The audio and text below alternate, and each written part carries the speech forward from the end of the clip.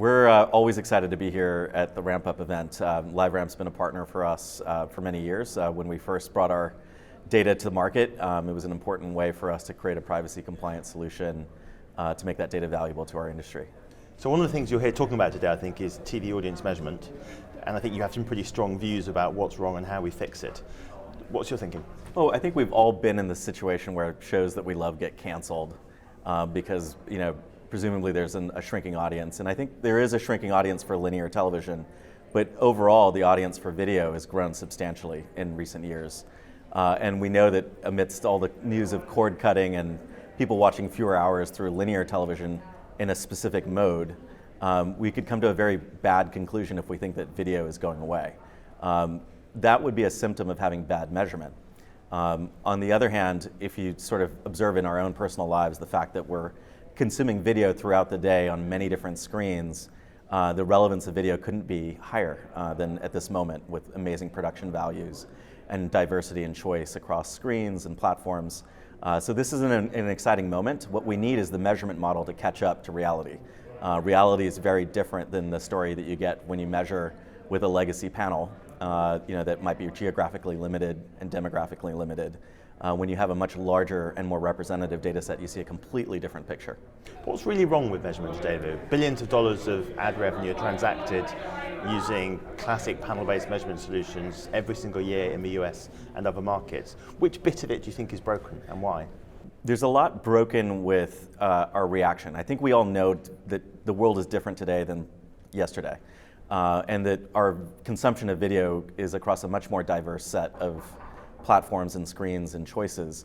However, to react to that by basically building a larger data set on a very potentially biased source would be to throw out one bad thing and replacing it with another bad thing. What you really need is a large data set that's representative of today, of people and how they live and how they react and consume video and other forms of media. And so, our belief system is that let's replace the legacy panel, which may have worked in the 1950s, with a much larger panel that's much more representative of how video is being consumed at large, not from one particular TV manufacturer or one particular device, but from a diversity of devices where you can get a much more representative picture of the picture that exists. I mean, my sense today is that many marketeers find it confusing that we have more and more different data sets coming out relating to different parts of the TV universe, but we're losing sight of the overall picture. Are you confident we can re-establish that picture of total video consumption? We believe that the data that exists outside the television is quite robust. I mean, the models that we enjoy in digital media are pretty sophisticated. We're now using experimental design, scientific methods that allow us to arrive at true causality, that are basically creating control groups with a massive amount of data that we exist in digital platforms. That rigor needs to be replicated in the television. And that is what we work with our partners to achieve, is to make television as measurable and as precise as any other form of media that exists in the digital space. So how do you see measurement evolving over the next 3 to 5 years? The interesting thing of late is that measurement providers seem to be proliferating. And I think just at CES this year, we had 2 new ones launch. You've obviously been playing in this space for a while. How do you see the next 3 to 4 years, 5 years unfolding? Well, I think we've got a very big sort of obstacle. There's a tremendous amount of excitement about reinventing television today and reinventing it around larger and more robust data sets than we've had historically. However, simultaneous to that is an entirely new regime for privacy. We've seen policy changes at the national and state, international level, even commercial changes in how major tech platforms are going to enable targeting and measurement through the changes in the browser policy for cookies, for example. That's going to prevent a lot of the models that have sort of created in the last several years to persist into the future. Privacy is a big deal, and I think our industry is completely flat-footed in the way we approach data sets. We put consumer at the end of the consideration, and we need to start putting the consumer at the beginning of any conversation that involves data and start to work primarily with first parties who control and can manage that consumer relationship effectively. Do you think we need some kind of new institution, some sort of independent arbiter of truth to sit in the middle of this new world to make sure that what we're getting is accurate, representative, privacy compliant, and so on?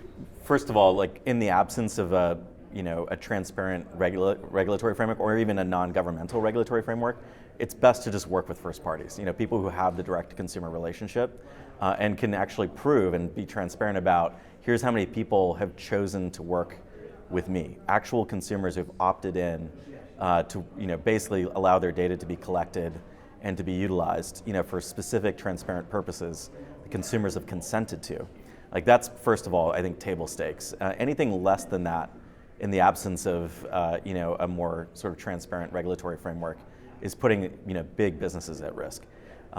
Will non-governmental or sort of regulatory entities emerge? Absolutely. I think we have great leadership from entities like the IAB and from NAI who are really trying to meet the consumer advocates in a collaborative way and trying to find the right approach that basically gives this industry clear guidelines, which it desperately needs. But we're not there yet, and I think the scale of the businesses that we're talking about, who are operating in this gray zone, I think need to start thinking more clearly about how they can protect those investments they're making by working with more reliable first parties. But you're generally an optimist. By 2025, we'll be in a better place than we are today?